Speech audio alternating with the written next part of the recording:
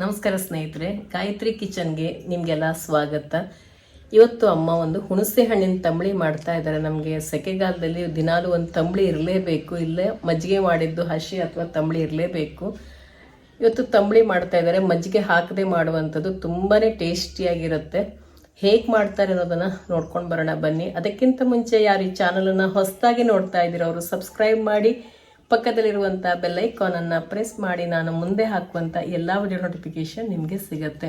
ತುಂಬ ದಿನಗಳ ನಂತರ ಈಗ ಅಮ್ಮನ ರೆಸಿಪಿ ಬರ್ತಾ ಇದೆ ಗಾಯತ್ರಿ ಕಿಚನ್ನಲ್ಲಿ.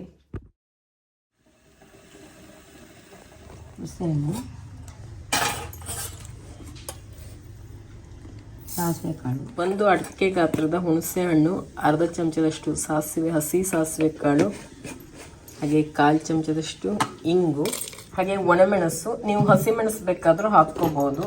ಹಸಿಮೆಣಸು ಒಣಮೆಣಸು ಎರಡು ಮಿಕ್ಸ್ ಮಾಡಿ ಕೂಡ ಹಾಕ್ಕೋಬೋದು, ಅದು ಕೂಡ ತುಂಬ ಚೆನ್ನಾಗಿರುತ್ತೆ. ಹಾಗೆ ಹಸಿ ಕಾಯಿ ತುರಿ, 1 ಬೌಲ್ ಆಗುವಷ್ಟು ಹಸಿ ಕಾಯಿ ತುರಿ.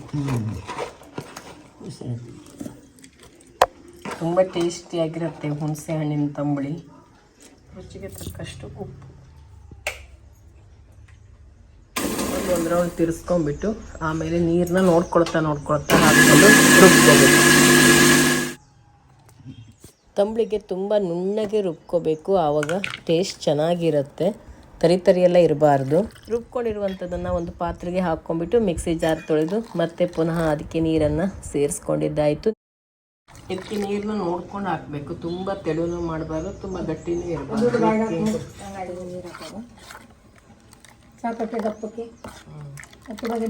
ನೋಡಿ, ಮಜ್ಜಿಗೆ ಹಾಕದೆ ಮಾಡುವಂಥ ತಂಬಳಿ ಇದು, ಹುಣಸೆ ಹಣ್ಣಿನ ತಂಬಳಿ. ಮನೆಯಲ್ಲಿ ಮಜ್ಜಿಗೆ ಇಲ್ಲ ಅಂತಂದರೆ ಈ ತಂಬಳಿ ಮಾಡ್ಕೋಬೋದು. ಈ ಸೆಕೆಗಾಲಕ್ಕೆ ತುಂಬ ಚೆನ್ನಾಗಿರುತ್ತೆ.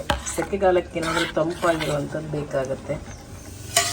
ಇವಾಗೊಂದು ಒಗ್ಗರಣೆ ಮಾಡಿಕೊಂಡ್ರೆ ಆಯಿತು ತಂಬಳಿಗೆ. ತೆಂಗಿನ ಎಣ್ಣೆ ಹಾಕ್ಕೊಳ್ಳೋಣ 1 ಚಮಚದಷ್ಟು.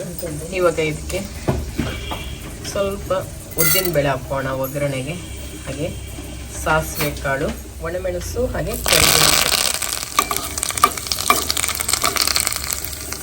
ಈಗ ಒಗ್ಗರಣೆ ಚೆನ್ನಾಗಿ ಸಿಡಿಯೋದಕ್ಕೆ ಸ್ಟಾರ್ಟ್ ಆಯಿತು.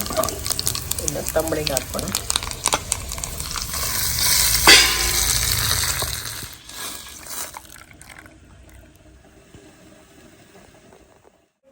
ನೀವು ಕೂಡ ಈ ರೀತಿ ತಂಬಳಿನ ಮನೆಯಲ್ಲಿ ಮಾಡ್ಕೊಳ್ಳಿ. ಮಾಡೋದು ತುಂಬ ಸುಲಭ, ರುಚಿಯೂ ಚೆನ್ನಾಗಿರುತ್ತೆ. ಅದರಲ್ಲಿ ಸೆಕೆಗಾಲದಲ್ಲಿ ಆರೋಗ್ಯಕ್ಕೂ ಕೂಡ ತುಂಬಾ ಒಳ್ಳೆಯದು. ಅನ್ನದ ಜೊತೆಗೆ ತುಂಬಾ ಚೆನ್ನಾಗಿರುತ್ತೆ. ಕಲಿಸ್ಕೊಂಡು ಊಟ ಮಾಡೋದಕ್ಕೆ, ಸೋಸ್ಕೊಂಡ್ರೆ ಕುಡಿಯೋದಕ್ಕೂ ಬಳಸ್ಬೋದು. ಇವತ್ತಿನ ಈ ರೆಸಿಪಿ ನಿಮಗೆ ಇಷ್ಟ ಆಗಿದ್ದರೆ, ಹೊಸಬರಾಗಿದ್ದರೆ ಸಬ್ಸ್ಕ್ರೈಬ್ ಮಾಡಿ, ಹಾಗೆ ಬೇರೆಯವ್ರ ಜೊತೆ ಕೂಡ ಶೇರ್ ಮಾಡ್ಕೊಳ್ಳಿ. ನಿಮ್ಮ ಅನಿಸಿಕೆ ಅಭಿಪ್ರಾಯವನ್ನು ಕಮೆಂಟಲ್ಲಿ ತಿಳಿಸಿ, ಹಾಗೆ ಒಂದು ಲೈಕ್ ಮಾಡೋದನ್ನು ಮರಿಬೇಡಿ ಸ್ನೇಹಿತರೆ. ಇನ್ನೊಂದು ರೆಸಿಪಿ ಜೊತೆಗೆ ನಿಮ್ಮನ್ನು ಭೇಟಿ ಆಗ್ತೀನಿ.